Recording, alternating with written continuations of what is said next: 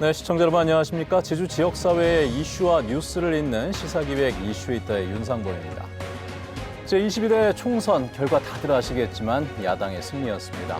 제주 역시 세 지역구 모두 더불어민주당이 차지를 했는데요. 오늘은 지난 총선 과정과 결과 분석을 통해서 앞으로의 제주 정치가 나아갈 방향에 대해서 이야기를 이어가 보고자 합니다. 자, 함께 이야기 나눠주실 분들 먼저 소개를 해드리도록 하죠. 언론사사 선거보도자문위원단의 위원장직을 맡았던 김동욱 제주대학교 경상대학 명예교수께서 함께해 주셨습니다. 네. 안녕하십니까? 네. 자, 그리고 김동연 제주민해총 이사장께서 자리하셨고요. 네, 안녕하세요. 안녕하십니까? 김재범 제주일보 편집국장 나오셨습니다. 네, 안녕하세요. 안녕하십니까? 네. 그리고 이인 CBS 기자 나오셨습니다. 안녕하세요. 안녕하십니까? 네. 자, 다들 총선 관심 있게 지켜봤던 분들이신데 먼저 이번 총선 결과 어떻게 지켜보셨는지 짧게 좀 소감 한 말씀씩 듣고 이야기를 이어가 보면 좋겠는데 교수님 어떻게 보셨습니까? 예, 한마디로 9자로 표현한다면 아마 예. 정치가 정책을 덮었다라고 말씀을 드릴 수가 있는 것 같습니다. 소위 이제 야당의 정권 심판론, 그다음에 여당의 야당 심판론, 뭐 이런 것들이 중앙 당 차원에서 예. 그런 프레임으로 선거를 치렀기 때문에 지역 현안이 이제 상실됐고요.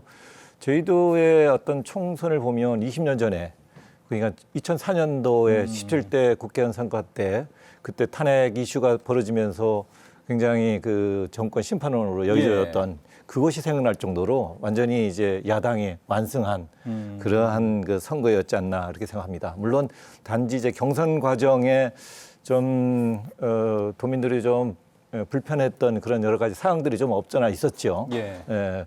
예측하지 못한 후보가 또 출연하고 그러다 보니까 어쩌면 저희도가 중앙 정치에서 뭔가 소외되는 어떠한 그런 전략들이 저희도에는 적용하고 있지 않느냐 하는 그런 아마 도민들이 아마 그런 느낌이 아마 들었을 거라 이렇게 저는 개인적으로 생각합니다. 정치가 정책을 덮었다는 말씀하셨는데 사실 정책을 이번에 좀 많이 검증을 하시는 부분이었었는데 그게 좀 아쉽습니다.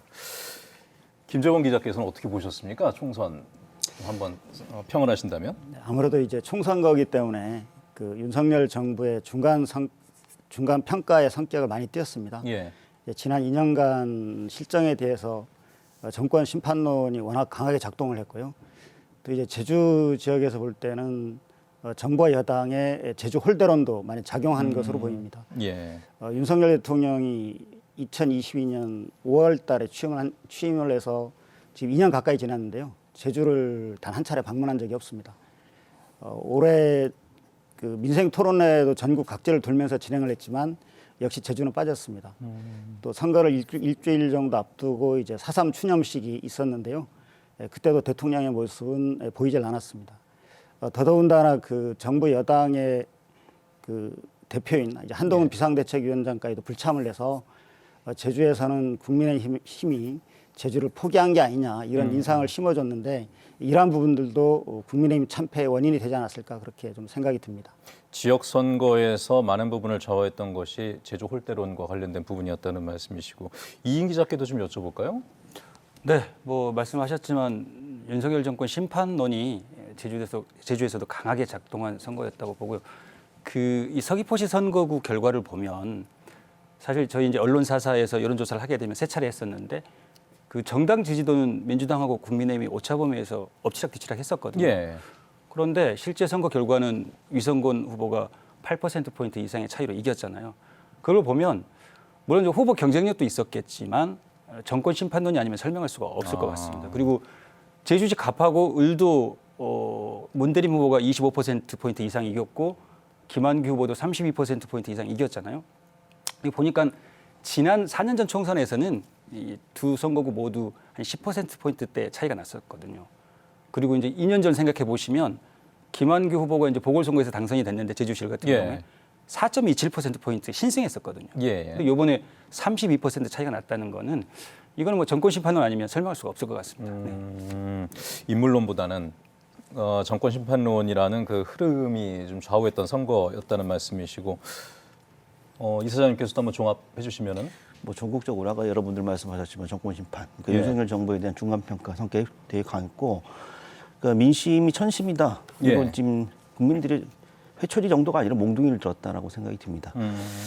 근데 이제 지역 선거로 좀 눈을 돌려보면 이번 선거만큼 정책 이슈가 안 된 예. 이런 선거가 있었을까라는 생각이 들고 아까 김정은 국장님도 말씀하셨지만 국민의힘에서 제주 지역에 대해서 정치적으로 관심이 굉장히 없다. 그러니까 중앙당 차원에. 후보 개인의 개인기로 총선에서 돌파하라라고 하는. 예. 그러니까 아마 국민의힘 후보로 출마했던 분들은 상당히 어려운 선거였을 것이라고 생각이 들고요. 물론 이제 어느 당이 좋냐 나빠를 떠나서 이렇게 계속해서 민주당이 민주당으로 후보만 되면 예. 당선 가능성이 높아지는 이런 정치 선거가 계속 된다고 한다면 상당히 좀 불행한 일이죠. 이게 서로 이제 정당 간의 경쟁력이라든지 이런 부분들에 대해서도 예. 좀 다시 한번 좀 생각해 봐야 되는 어떤 선거가 아니었나 하는 생각이 듭니다. 네 분 모두 지금 정책은 많이 잘 안 네. 보였던 선거였다는 말씀이신 거고 우리가 보통 그 선거하면은 특히 총선 같은 경우에는 인물론이냐 또 지역 이슈냐 혹은 뭐 정권에 대한 중간 평가냐 이런 얘기들 하는데 거의 중간 평가가 다 덮었다는 걸로 좀 보면은 네 분 모두 거의 공이 그런 생각을 갖고 계시군요. 그런 이 흐름 속에서 그 선거 캠프 각 캠프에서는 어떤 분위기들이었을지 좀 궁금한데 두 분의 기자들께서는 뭐 직접 취재도 하시고 아니면 동료 기자들의 취재한 이야기도 좀 들으셨을 텐데 각 캠프 분위기 좀 어땠습니까, 이인 기자님? 일단 그 제주시 을 선거구는 이제 보면 사실 제주시 갑은 그 경선이 오히려 관심이었어요. 예. 사실 그 문대림 후보하고 송재 후보가 민주당 당내 경선을 치열하게 했잖아요. 결국 그 문대림 후보가 이제 간발의 차이로 신승을 했고 그래서 본선행을 티켓을 쥐었는데 그때부터 사실상 선거는 뭐 예. 죄송한 거의- 말씀이지만 뭐 일방적으로 치러지는 선거였다고 그렇게 생각할 수 있겠습니다. 예선이 본선이었다. 그리고 또 이 지켜보면서 예. 국민의힘 이 중앙당의 그 어떤 하는 뭐 걸 보면 예. 이게 선거를 도와주는 건지 그 회방을 놓는 건지 예. 좀 헷갈릴 정도의 어떤 일이 있었냐면 제주시갑 이제 그 후보로 등록한 사람이 그러니까 장동훈 예비 후보하고 김영진 예비 후보가 있었잖아요. 네. 그런데 이제 장동훈 예비 후보는 컷오프를 시켰고 김영진 후보를 대상으로 해서는 면접까지 진행을 했거든요. 예. 그런데 20여일 동안 후보 공천을 미루더니 갑자기 느닷없이 그 국회의원 보좌관 출신 고광철 후보를 전략 공천했잖아요. 예. 그때 이미 국민의 입장에서 보면 제주도당 위원장도 탈당을 하고 그 당사자인 김영진 후보도 탈당을 하고 그래서 오히려 중앙당의 자중 질환을 만든 선거였다. 제주시 갑 선거구나. 예. 그래서 민주당은 경선에서 흥행을 일으켰고 국민의힘은 중앙당이 방해를 하는 그래서 일방적인 선거가 진행이 되는 그런 상황이었고요. 제주시 을도 사실 뭐 이제 그 전략 공천을 단수 공천을 받았잖아요. 예. 그 민주당 김한규 후보 그다음에 김승욱 그 국민의힘 후보가 단수 공천을 받았고 그때 이미 이제 거기서도 그 후보가 결정된 순간 사실 뭐 재미없는 선거 이런 선거가 예상이 됐었고요. 그런데 이제 서귀포 선거구 같은 경우에는 사실 그 위성건 후보하고 고기철 후보가 이제 아까 여론조사 이야기도 했습니다만은 예. 정당 지지도조사에서는 뭐 국민의힘 후보가 이기기도 하고 또 그 초반 여론조사에서는 정말 팽팽한 걸로 나오기도 했고 그런데 결국 그 이제 개표 때 우리 잠깐 돌아보면 예. 이제 기자들이 각 캠프에 가 있잖아요. 그런데 이제 사실상 위성건 후보 캠프에 가 있었어요. 사실 대부분 예. 그러니까 당선 예측을 하고 그런데 중간에 그 고기철 후보가 잠깐 이기기도 하고 그다음에 한 시간 2시간 정도 12시까지는 거의 접전이었던 그쵸, 걸로. 접전이어서 이거 가야 되는 거 아니야? 고기철 후보 캠프로? 네. 그런 고민을 할 정도로 그런 어떤 재밌는 선거가 펼쳐지기도 했지만 결과적으로는 예. 아까도 말씀드렸던 정권 심판론 그리고 그게 크게 작동하면서 또 이 서귀포 같은 경우에는 동홍동 그 투표함 예. 그리고 관내 투표함이 열리면서 그 결과적으로 8%포인트 이기는 그런 상황이었습니다. 그래서 서귀포 선거구 말고는 제주시 갑과 을은 뭐 일찌감치 선거가 예. 그 뭐 본선에서 결과가 예측되는 그런 선거였다고 볼 수 있겠습니다. 알겠습니다. 이인 기자의 총선 총정리였던 것 같은데 김재원 기자 하실 말씀을 다 가져가셔서 김재원 기자께 좀 여쭤보고 싶은 게 그러면 좀 이번에 보시면서 좀 관심 있게 보셨던 지역구나 그 캠프의 분위기 같은 게 혹시 좀 있으셨습니까? 네, 올해 그 선거해가 시작이 되면서 당초 제주적 사회에서는 더불어민주당이 지역구 3개 전체를 갖고 가느냐 아니면 국민의힘에서 단 한 석이라도 이제 탈환할 수 있느냐가 예. 관심 사안이었거든요. 그래서 아마 3개 지역구 중에서는 그나마 서귀포시 지역구를 내심 기대했을 수도 있습니다. 네. 그래서 이제 서귀포시에 이제 국민의힘 소속으로 고기철 후보가 어쨌든 중앙당의 영입 인재로 입당을 하고 그리고 이제 당내 경선까지도 통과를 했죠. 이제 고기철 후보 같은 경우에는 나름 내심 그 준비를 착실히 한 것으로 보이는데요. 서귀포시 지역구가 이제 그 제주 제2공항 찬성 여론이 높지 않습니까? 예. 그래서 보니까 지난해 8월달에 제주 제2공항 추진 범시민 포럼이라는 단체가 있었는데 그 예. 단체의 공동 대표를 맡으면서 제2공항을 그 선거 표심을 얻는데 하나의 돌파구로 생각을 했던 것 같습니다. 그래서 나름 준비를 했는데 결과적으로는 서귀포시 지역구가 이제 제주 지역 전체적으로 앞서 이제 이인 기자가 얘기했다시피 국힘 도당 내부의 내분, 예. 이제 사실상 그 총선을 지휘해야 되는 도당위원장이 탈당하는 그런 사태까지 번지면서 뭐 갑 때문이긴 했었는데. 이런 부분들이 이제 원래 경선이 끝나면 컨벤션 효과로 해서 이제 지지율이 상승을 해야 되는데 오히려 지지율 정체를 일으키면서 예. 막판 추격전에 좀 실패하지 않았나 그런 생각이 좀 들었습니다. 전략적인 부분이라던가 당의 내부 사정 문제 때문에 좀 서귀포가 그나마 좀 가능성이 있었는데 그 가능성마저도 싹을 잘랐다라는 얘기였었고 아까 얘기하다 보니까 그 생각은 납니다. 그러니까 갑이나 제주시 지역의 갑이나 을 지역과 다른 정서가 서귀포에서는 여론조사 결과 좀 포착된 부분들이 분명히 있었거든요. 다른 지역과 달리 그 정당 지지도에서는 거의 비슷하거나 오히려 좀 역전된 그런 상황들도 나왔었는데 거기서 찾아볼 수 있는 민심은 어떤 겁니까? 결국은 제2공항으로 봐야 되는 겁니까? 아니면 좀 보수적인 성향이 더 많은 건지. 저는 뭐 제2공항도 굉장히 좀 이슈가 됐다고 생각하지만 기본적으로 이제 위성권 의원이 현역 의원이잖아요. 그러니까 그 결국은 현역과 정치 신이 마주치면 현역 의원을 평가하게 되는 예. 그런 선거가 돼요. 그래서 도대체 고기철 후보가 초기에는 현역 의원으로 있으면서 의정활동 어떻게 했느냐, 성과가 뭐냐라고 강하게 밀어붙였죠. 예. 그게 서귀포 주민들한테는 일정 정도 소구력이 좀 있지 않았나라는 생각이 들고 일찌감치 제2공항에 대해서 찬성 입장을 밝혔기 때문에 그 제2공항에 대해서 찬성하고 있는 분들, 특히 성산 쪽에 있는 분들로에게는 이미 뭐 결정이 돼 버린 거라서 다만 이제 그 막판에 선거 캠페인과 관련해서 예. 이 고기철 후보가 아무래도 정치 신이잖아요. 그러니까 예. 굉장히 어떨 때 보면 굉장히 안쓰러운 느낌이 드는 게 뭐냐면 중앙당의 지원을 전혀 받지 못하는 그런 상황입니다. 그러니까 영입 인재였단 말이에요. 영입 인재였음에 불구하고 지원을 못 받았고 그리고 제주시 갑 지역도 전략 공천으로 돼 있음에도 불구하고 전혀 지원을 못 받았다. 저는 이런 부분들이 제주 도당에서만 돌파할 수 있는 어떤 분명한 한계가 있었다. 예. 만약에 중앙당에서 적극적인 지원이 이루어졌다면 서귀포 같은 경우는 상당히 결과를 예측하기 어려운 선거가 될 가능성이 상당히 높았는데 뭐 그런 부분에서는 국민의힘에서 패착이라고 봐야 되겠죠, 아무래도. 서귀포시 지역구를 잠깐 이제 설명을 드리면요. 아까 이제 그 여론조사 얘기를 하셨는데 실제 제주 지역 언론사사가 실시했던 여론조사 결과가 2차, 3차 때 흐름이 제주도 전 선거구에 상당히 일치하는 것으로 평가가 되고 있습니다. 근데 특히 이제 서귀포시 선거구를 보면 정당국천이 확정된 시점인 3월 16일, 17일 실시됐던 제2차 조사 결과하고 그리고 선거를 한 일주일여 앞둔 4월 1일부터 3일까지 실시한 3차 조사 결과를 보면 후보 지지도에서 유성건 후보가 2차 조사에서는 54% 그리고 고기철 후보가 37%로 17%포인트 차이가 있었거든요. 그런데 이제 3차 조사에서는 유성건 후보가 51% 그리고 그 고기철 후보가 41% 그래서 10%포인트 차로 격차를 줄인 상황이었습니다.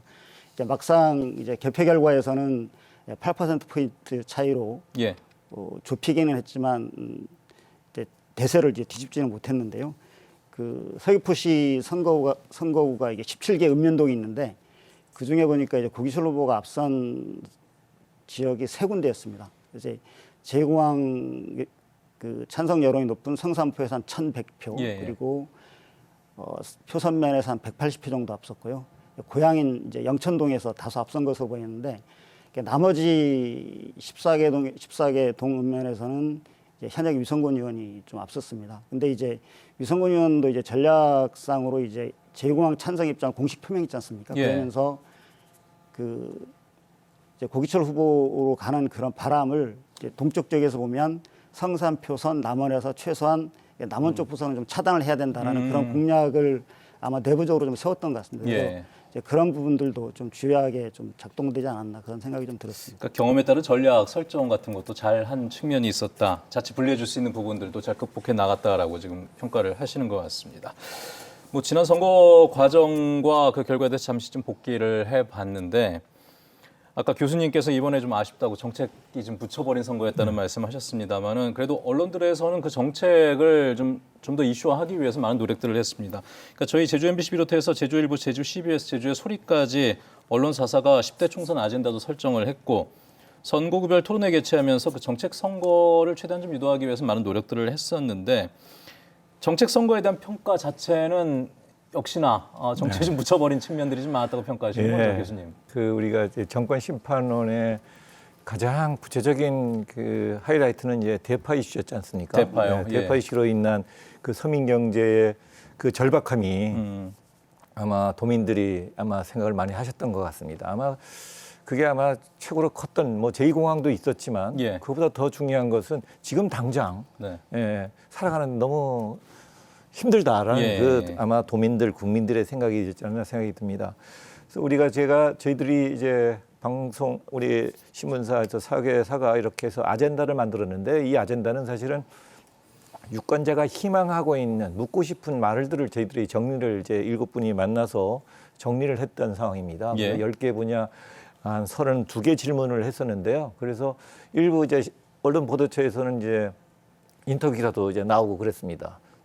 근데 제가 느끼기에는 그 후보자들의 답변 내용들이 약간 예. 수동적이었다. 그러니까 이제 할 수 없이 질문지 주니까 그게 쓰는 그것이지 자발적으로 뭐 그러니까 안에 있는 내용 콘텐츠가 거의 비슷비슷합니다. 예. 네.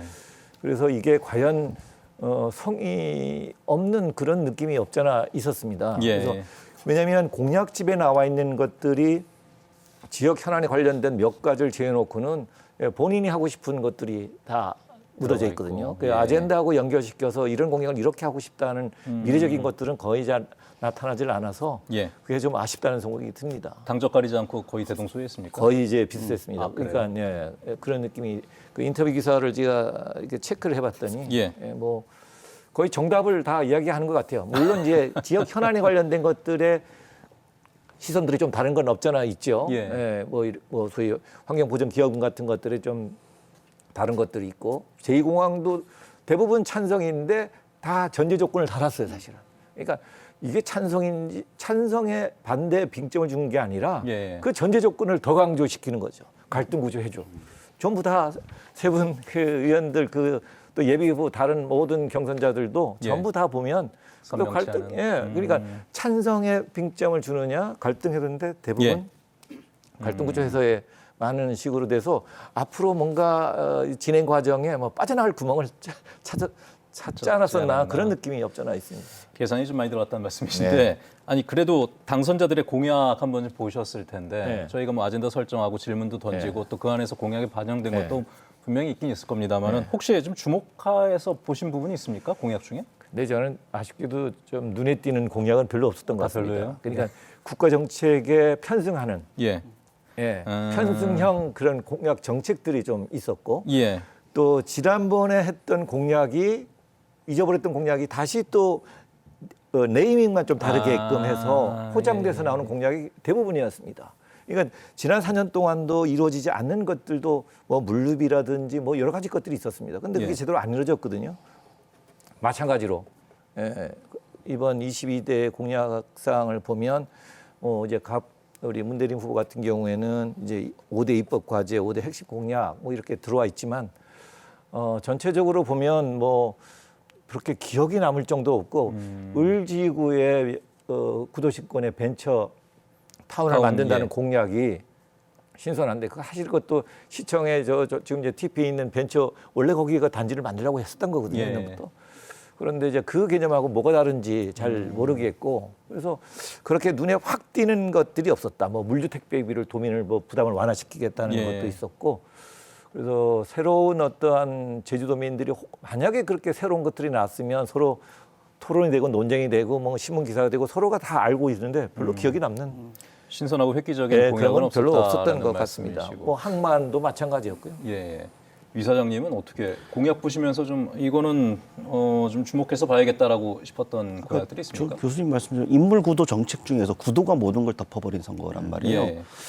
그 정책이 크게 이슈가 안 됐어요. 그래서 예전에 물 나왔던 현안으로 제기됐던 여러 가지 이슈들이 예.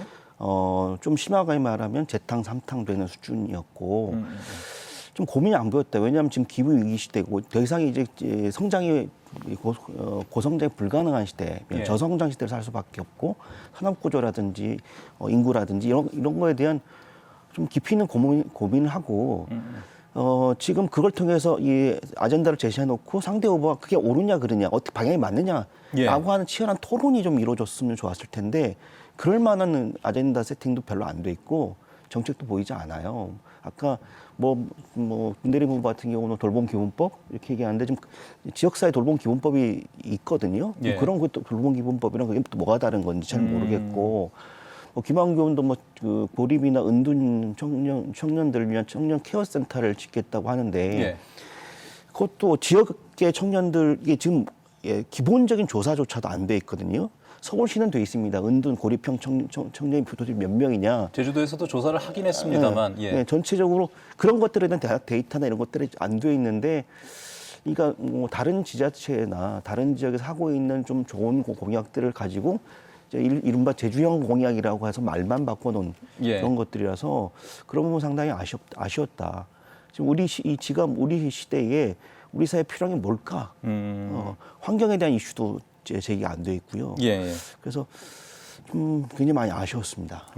제가 한 가지만 더 말씀드리면 제가 토론회를 이제 몇 번 이렇게 봤었습니다. 봤는데 보면 상대방 후보들이 그 상대방 후보의 정책들을 예. 본인이 잘 모르고 있는 경우가 많아요. 그러니까 예. 이야기를 서로 겉도는 거죠. 예, 그러니까 예. 내 이야기만 하지 상대방의 정책에 대한 비판을 할 수 있을 정도로 준비가 안 돼 있었다라는 네. 개인적인 그런 생각이 들더란 말입니다. 이게 예. 좀 더 상대방의 정책에 대한 그거를 더 자세히 공부를 하고 토론에서 좀 더 세밀하게 물어봐야 되는데 서로 예. 아예 볼색을 안고 자기 이야기만 하고 그다음 끊고 자기 하고 싶은 말을 하는 그런 예. 토론회를 좀 본 적이 있었습니다. 예. 근데 그걸 또 좀 더 이끌어갈 수 있는 건 결국 유권자들의 좀 몫이라는 생각도 들긴 하고요. 저 네 분의 그 이야기 들으면서 좀 갑자기 궁금해진 건데 그 제주시의회 김한규 당선자와 서귀포시 위성군 당선자는 각각 재선 3선이 됐지 않습니까? 사실 이번 선거가 그러면은 그 이전 공약들에 대한 평가의 성격도 있는 그 선거가 돼야 될 텐데 막상 떠올려 보면 그 당시 공약들이 잘 기억이 안 납니다. 그리고 그 공약들이 잘 이행됐는지 거기에 대한 평가가 이루어졌는지도 좀 궁금한데 그 두 분 기자들께서는 취재하시면서 이런 것들이 좀 잘 이행이 됐었는지 평가는 이루어졌는지 혹시 좀 생각해 보셨습니까, 현장에서? 일단 반성을 좀 해야 될 것 같습니다. 그러니까 지금 우리 이제 언론사가 같이 그러니까 하면서 예. 사실 이번 그 어젠다에 집중을 하다 보니까요. 그러니까 이번 어젠다를 몇 개로 할 거냐. 그래서 10대 어젠다를 만들어서 이걸 어떻게 후보들한테 전달해서 이거 받아내서 어떻게 기사화할 거냐에 대한 고민을 했는데 사실 말씀하신 것처럼 가장 중요한 거는 4년 전 공약들이 이행이 되고 있는지에 대한 예, 평가가 예. 가장 중요할 텐데 사실 저희는 이번에는 사실 10대 어젠다에 집중을 하다 보니까 그 평가에 좀 소홀했던 면이 있습니다. 예. 그리고 워낙 아까 계속 나온 이야기지만 구도 선거가 치러지다 보니까 예. 뭐 정권 심판론이 다 덮어버리는 선거여서 저희가 10대 아젠다를 그 설정해서 열차에 걸쳐서 보도를 했거든요. 기획 예. 보도를. 근데 그것도 다 묻혔다고 해서 결국은 봐야 돼요. 이게 지금 과연 대파에다 묻혔나요? 그런 측면에서 보면 참 저희들 언론사 입장에서도 반성을 해야 될 것이고 예, 예. 물론 평가가 가장 중요합니다. 그러니까 어떻게 보면 지금은 윤석열 정권 심판이라고 하는데 그 초선 재선 국회의원에 대한 평가도 되는 거거든요. 예, 예. 그걸 제대로 하지 못한다면 계속 이 구도로 선거를 치를 거냐에 대한 고민이 생기는 거죠. 그래서 그런 고민을 좀 저희도 계속 해야 될 것 같습니다. 예. 그러니까 검증과 관련돼서 안 한 건 아닌데 그게 또 관심을 많이 못 받는 부분들도 분명히 있었다는 말씀이시고 김정은 기자님은 어떻게 생각하십니까? 이제 국회가 입법부지 않습니까? 네. 그러면 이제 국회의원들이 결국은 본인들이 이제 새로운 법을 제정하거나 아니면 기존 법을 이제 개정해서 이제 법안들을 이제 발의를 많이 합니다. 근데 이제 의원 개개인별로 법안들은 많이 발의를 하는데 실제 그 법안이 국회 상임위 본회의를 통과해서 시행이 되는 경우는 그렇게 썩 많지는 않거든요. 최근에 이제 유성건 의원과 김한규 의원 같은 경우에는 이제 지금 현재 21대 국회가 마무리되면서 예. 본인이 발의했던 법안들이 이제 폐기 수순을 이제 밟게 되니까 이제 22대 국회 때 다시 재발의하겠다고 하는 게 있는데요. 예를 들어서 이제 김한규 의원 같은 경우에는 이제 제주도면의 항공료 부담을 인하해주기 위해서 이제 항공사업법 개정안을 발의를 했었습니다. 예. 근데 이제 그게 보류가 된 상황이고요. 그리고 유성건 의원 같은 경우에는 이제 환경보전 분담금과 관련된 네.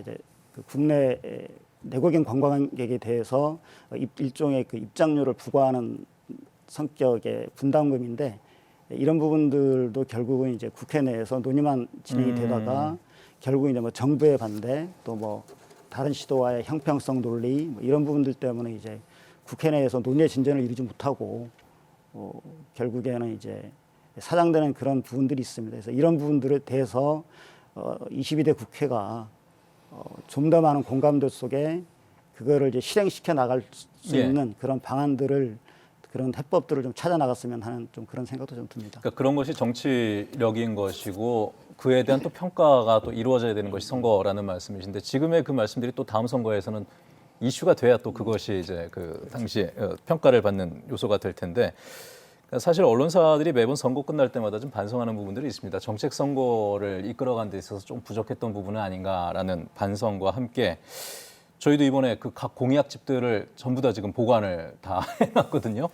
지난 선거도 생각해 보니까 찾으려면 중앙선거관리위원회 들어가서 지난 공약들을 찾아볼 수는 있는데 일반 시민들께서 그 방법을 아시는 분들이 얼마나 될까? 그러면 임기 내에 이제 앞으로 선거 공약들이 잘 이행이 되는지 그리고 의정 활동을 잘 하는지 유권자들이 확인할 수 있는 방법들은 어떤 게 있겠습니까, 교수님? 네, 저희들이 이제 아젠다를 만들 때만 해도 네. 그 선거관리위원회 사이트에 들어가면 그 21대 공약사항이 의원별로 다 정리가 돼 있었습니다. 예. 그런데 이번 토론을 준비하면서 다시 들어갔더니 21대 공약사항이 다 없어졌어요. 아, 그래요? 예, 보이지를 않습니다. 새로운 당선인의 공약사항만 들어와 있고요. 예. 그러다 보니까 이 공약사항에 대한 평가가 우리가 이제 이 그 선거법에 보면 그 66조에 이렇게 나와 있습니다. 대통령하고 지방자치단체장은 그 공약에 대한 구체적인 계획을 세게끔 돼 있습니다. 네. 그래서 재원은 어떻게 조달하고 이행 시기는 어떻고 이런데 그 법조문에 보면 예. 국회의원은 해당이 되질 않아요. 의무가 없습니다. 아. 그래서 항상 저는 국회의원들은 권리만 있지 의무는 없는 정말 꿀보직이다는 생각을 많이 하거든요. 그래서 학계에서도 이거를 고치자고 이야기를 합니다. 제가 시민단체 활동할 때 매니페스토 운동을 할 때도 이제 그 얘기가 나왔었는데 법이 안 고쳐져요. 국회에서 법을 제정해야 되는 거죠. 예, 그러니까요. 그러니까 그 66조 1랑 2항에 보면 대통령과 지방자치단체장은 그 공약 서약서 같은 거에서 재원 계획을 어떻게 하고 이행 계획은 어떻고 이런 식으로 제출하게끔 돼 있거든. 또 공시하게끔 돼 있는데 그리고 우리가 제주 지방선거 할 때도 도지사의 공약 실천위원회를 만들어서 뭐 하지 않습니까? 근데 우리는 도 차원에서 국회의원의 평가를 하는 적도 없고 단지 매니페스토 운동 실천본부에서 하는데 전체 공약 실천율이 작년 12월 달 기준으로 했더니 평균이 52%인데 제주가 세종 제주가 한건에 묶였는데 예. 45%가 되질 않았습니다. 평균 이하거든요. 그러니까 아무도 관심을 갖지 않는 거죠. 그게 아마도 역대 우리 제주도 국회의원 선거의 구도가 이 정책 선거로 되는 게 아니라 예. 이런 그런 그 구도 선거 예. 또 정권 심판원에 이제 얽매이면서 별로 도민들도 관심 갖지 않고 도민도 기대치가 별로 높지가 않은 것 같습니다. 예. 그거 갖고 뭔가 선거를 하겠다 하는 생각보다도 다른 어떠한 프레임에 의해서 그 선거권을 투표권을 행사하고 있지 않았었나 그런 생각이 드는 것이죠. 지금 교수님 말씀은 사실 우리 선거 제도부터 좀 살펴봐야 되는 부분이 분명히 있습니다. 거기서 기인하는 문제점들을 사실 오랜 기간 문제들이 제기가 되었을 때 해결이 안 되는 부분들인데 그나마 그래도 우리나라 선거에서 참 희망의 빛을 볼 수 있는 것은 정치에 대한 관심들이 꽤 높고 그에 따른 효능감을 본 사례들이 있기 때문에 유권자들께서 관심을 갖고 좀 지켜보는데 공약과 관련해서는 일단 그 공약집이 홈페이지를 통해서 나오는 것들이 있으니까 잘 살펴봐야 된다는 말씀하셨고 김동연 이사장님께서도 여기에 좀 덧붙여 주신다면은 근데 일반 유권자들은 먹고 사는 게 바쁘죠. 일일이 네. 확인하기 어려워요. 그래서 저는 언론의 역할이 굉장히 중요하다고 생각되는데 예. 뭐 예를 들어서 월말 국회 평가라고 하는 걸 이제 하면 네. 월마다 3명의 국회의원이 어떤 의정을 했고 어떤 입법을 활동을 했고 어떤 말을 했는지를 좀 정리해서 예. 정리해서 보여줄 수만 있다고 한다면 그게 데이터들에 쌓이겠죠. 그러면 나중에 선거철이 되면 유권자들이 어느 의원이 어떤 활동을 했어 이게 그걸 거기에 접근해서 예. 나름의 평가를 할 수 있지 않을까. 근데 저는 언론의 역할이 굉장히 중요하다고 생각해요. 예. 그러니까 보통 이제 언론들이 국회의원들이 보도자를 내면 그때서야 쓰잖아요. 근데 국회 의정 활동이 이제 많이 공개되어 있잖아요. 속기록도 있고 다 있으니까 그런 걸 조금 물론 이제 언론사마다 인력의 문제도 뭐 여러 가지 있겠지만 그런 좀 발품을 팔면 월 단위로 평가나 이런 것 활동들을 도민들에게 알릴 수는 있지 않을까라는 생각이 듭니다. 예. 네. 지금 뭐 프로그램 제안들 하신 거 아니겠습니까? 월말 정산 같은 것을 통해서 이제 꾸준히 그 데이터가 좀 축적돼 나갈 수 있도록 공약이 잘 이행되가는지 그리고 또 의정 활동 뭐 그 부분도 굉장히 좀 관심 있게 좀 해봐야 될 것 같은 부분인 것 같습니다. 자, 지금 22대 국회가 이제 앞으로 또 출범을 하게 될 텐데 국회에서 다뤄져야 될 법안들이 굉장히 많이 있죠. 아까 김재범 기자께서 지금 몇 가지 얘기해 주셨는데 지금 뭐 이번 21대에서 하다가 못한 부분들도 있고 지금 못하고 끝날 분위기인 그 법안들도 지금 있습니다.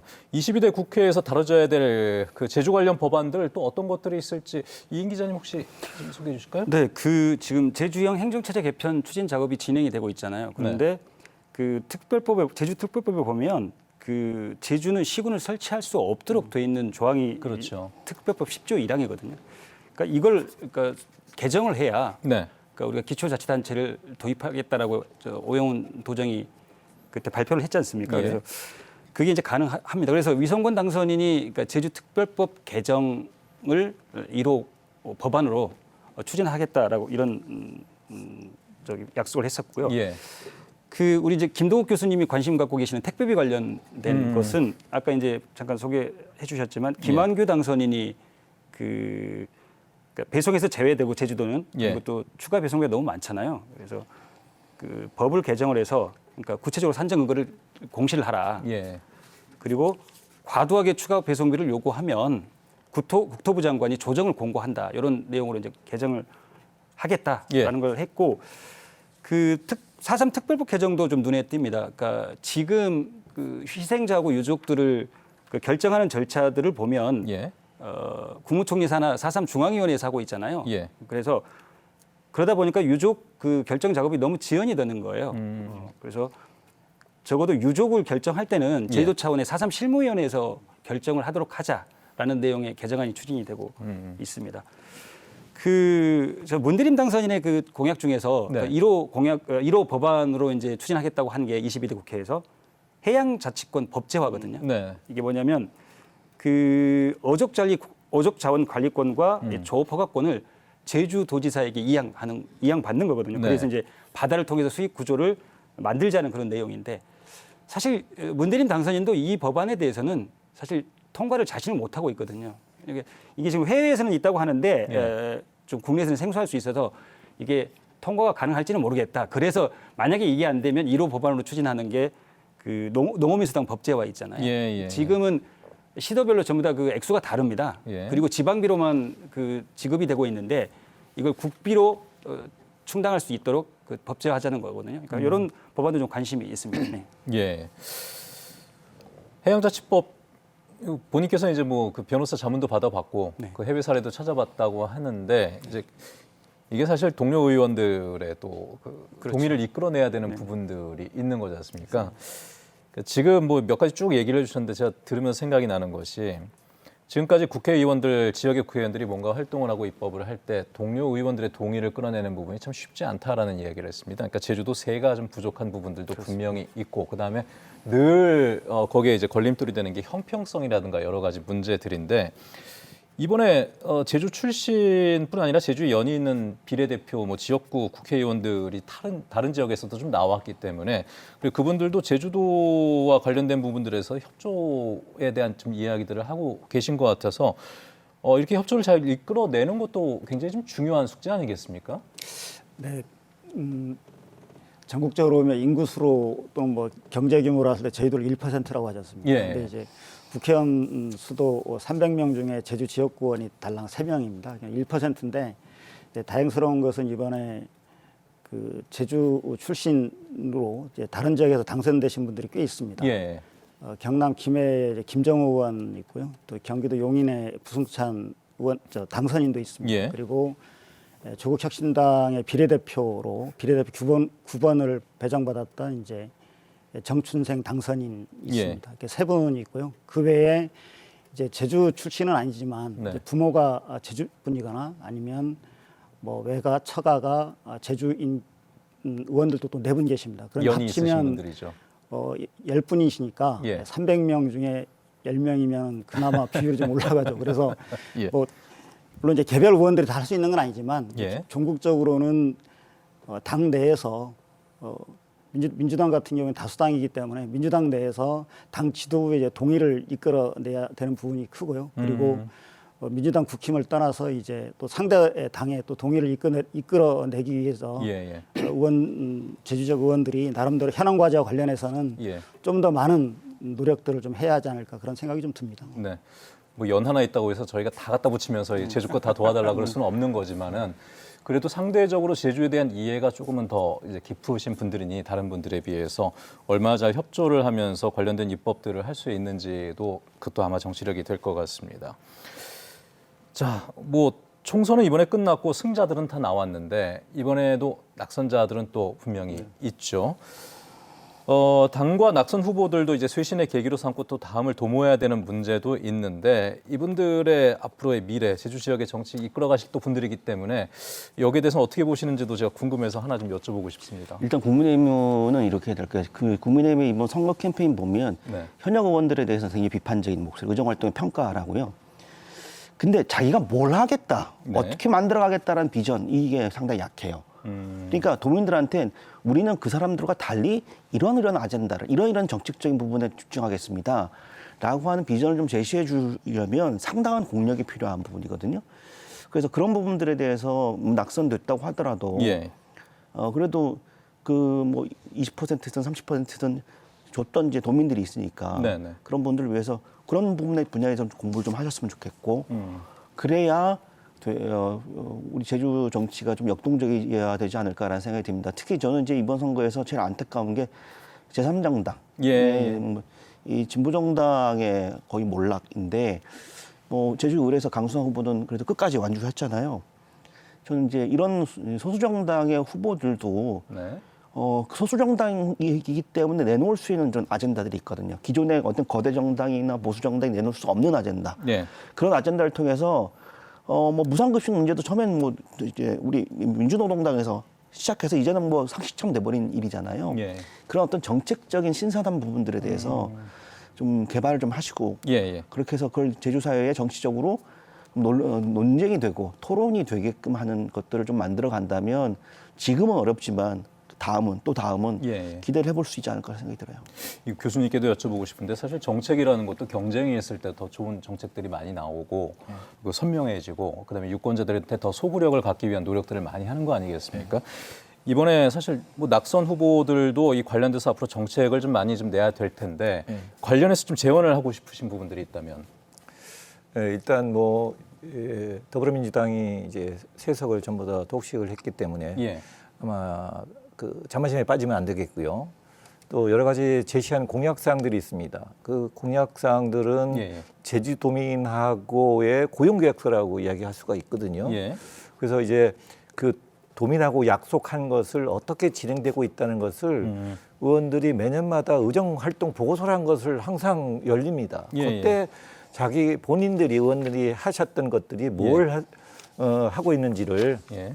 또 어떻게 진행되고 있는지를 도민한테 좀 얘기해 주는 게 좋을 것 같고요. 국민의힘 같은 경우에는 제가 볼 때는 그 당 조직의 정비가 우선이 될 것 같다. 예. 저도 들리는 소문에 의하면 캠프 안에서 핵심 요원이 또 다른 데로 이제 가서 갈등도 벌어지고 했던 것도 제가 제 귀 속에 들릴 정도로 뭔가 당 차원의 뭔가 조직적이지 못하다. 그리고 이 지방에 있는 당 조직하고 중앙당 조직하고의 또의 소통이 전혀 또 안 되고 있었다는 예. 생각이 듭니다. 그리고 또한 뭐 그 전에 뭐 이 국민의힘의 중진에 있는 이제 정치인들이 있는데 좀 더 새로운 인물을 좀 키워나가는 예. 장기적인 관점에서 당장은 쉽지는 않겠지만 예. 장기적인 관점에서 좀 인물을 키워나가는 그러한 그 방향으로 가야 앞으로 국민의힘도 뭔가 희망이 보이지 않을까 그렇게 생각이 듭니다. 국민의힘이나 이제 그 제3당 관련해서 두 분 기자께도 좀 여쭤보고 싶은 부분들이 그런 거 있지 않습니까? 이번엔 지금 오늘 쭉 방송 내용을 통해서 아마 다들 좀 머릿속에 정리가 되셨겠지만은 국민의힘 같은 경우에는 중앙당의 실책이 너무 큰 그 좀 좌우를 했던 부분이었던 것 같다. 그다음에 정책이 좀 정책 실종돼서 잘 안 보였던 부분들이 있다라는 말씀 하셨지만은 취재를 하다 보면은 이 후보는 이 여건만 조금만 더 좋아지면은 좀 더 잘하겠는데라는 그런 느낌 받았던 후보들도 좀 있으셨습니까? 실명은 거론하지 않으시더라도. 근데 저는 그 지금 국민의힘이 그러니까 종합적으로 보면 예. 전략이 부재하고 제주도당 입장에서 보면 그리고 인물난이거든요. 거기에 전부 다 함축돼 있다고 봅니다. 거기에 보면 예, 그리고 예. 그 제가 관심 있게 본 게 국민의힘이 이제 선거에 지고 나서 국민의힘 제주도당이 논평을 냈는데 네. 그게 세 가지를 이야기했어요. 저는 거기에 깊이 공감을 하거든요. 뭐였냐면 그러니까 민주당 20년 고인물을 비판했는데 네. 우리 국민의힘이 고인물이 아니었는지 스스로 되돌아봐야 된다. 그거 하나하고 그다음에 두 번째는 뭐였냐면 그러니까 세대 간 갈등 관리 통합이거든요. 그러니까 예, 예. 40대 이하의 생각과 의견을 들어보기 위해 노력하겠다. 그리고 세 번째가 새로운 인재들을 영입하고 육성하는데 각고의 노력을 다 하겠다. 예. 여기 다 들어있다고 봅니다. 그러니까 방금 여쭤보신 거는 좀 그래도 인물이 괜찮은 인물이 있었느냐였는데 예. 저는 글쎄요, 그렇게 보이진 않았고요. 네. 이 세 가지 이 방향을 제시했는데 이 선거 패인과 이 방향성이 전부 다 여기에 들어있다고 봅니다. 그러니까 국민의힘이 이것만 잘 약속대로 한다면, 예. 그리고 좀 이번에 보면 또 그 20여일 동안 아까 제주시 갑 같은 경우에는 그 공천 작업이 미뤄졌다고 했잖아요. 거기에서 뭐 여러 사람들을 뭐 이렇게 저기 같이 좀 해보자라고 했는데 전부 다 고사했다고 하는 거잖아요. 그러니까 선거에 닥쳐서 하지 말고 예. 저기 나와 있는 것처럼 미리미리 인재라고 생각하면 영입해서 민주당이 맞설 큰 인물로 키우는 게 가장 선제적인 작업이 돼야 될 것 같습니다. 네. 예. 알겠습니다. 굉장히 신랄한 분석을 좀 해주셨는데 김재원 기자께서는 이번 선거 과정 보시면서 그래도 좀 가능성이 앞으로 좀 보인다 이런 것들은 좀 어떻게 했으면 좋겠다라고 했던 부분들 뭐 국민의힘이나 제3당 쪽에 좀 제언을 하신다면 선거 다음 날 이제 그 각 정당의 도당이나 이제 개별 후보들이 이제 입장들 내놨는데요. 이제 국민의힘 후보들을 중에 보면 지역 발전을 위해서 멈추지 않겠다 이런 표현을 하신 후보들도 있거든요. 예. 그래서 그러니까 이분들 같은 경우에는 앞으로 4년 후에 재도전을 이제 염두에 둔 것으로 좀 해석이 되기도 합니다. 예. 근데 이제 역대 총선을 보면 선거 때 잠깐 나왔다가 중간에 유권자들로부터 좀 사라지시는 그런 후보들도 적지 않아 있었거든요. 그래서 예. 과연 앞으로 남은 4년 동안 제 역할을 해야 유권자들한테 지금보다도 더 많은 그런 신뢰를 얻지 않을까 생각이 드는데요.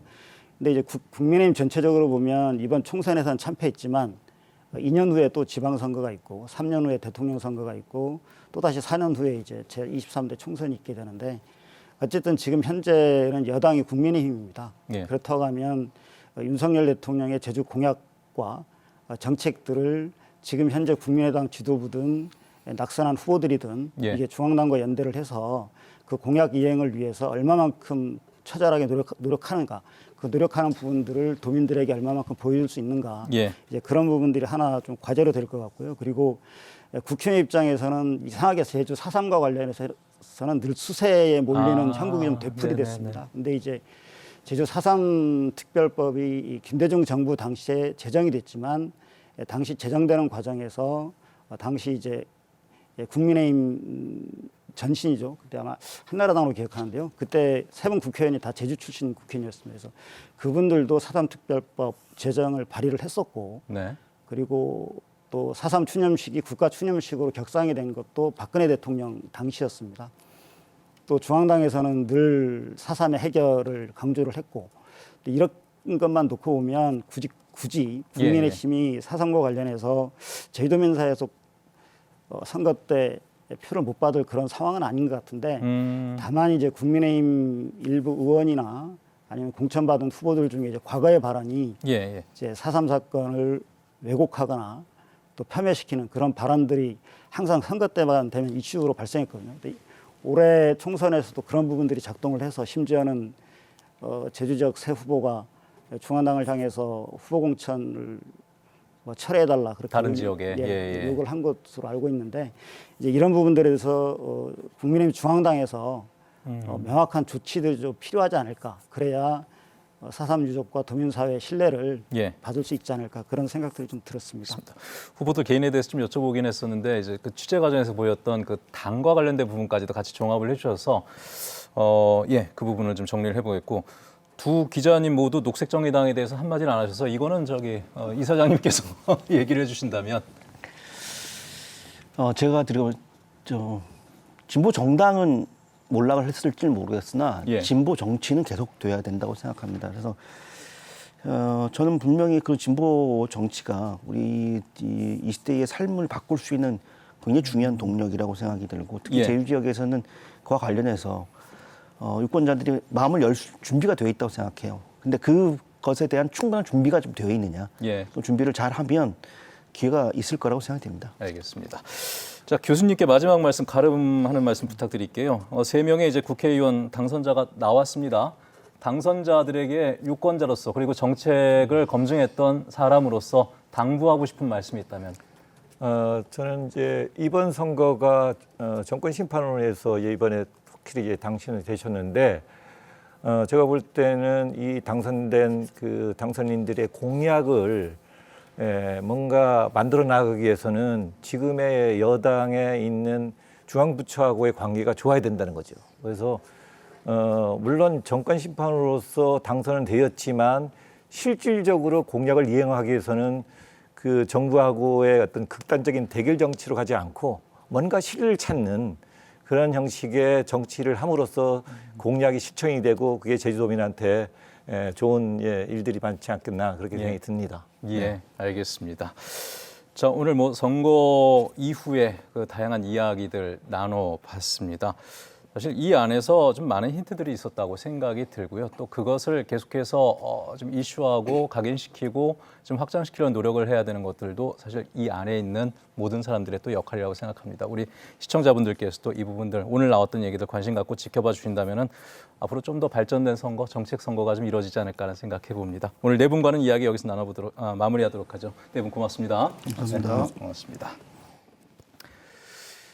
네, 다음 달 30일이면 제22대 국회가 개원하면서 본격적인 의정 활동이 시작이 됩니다.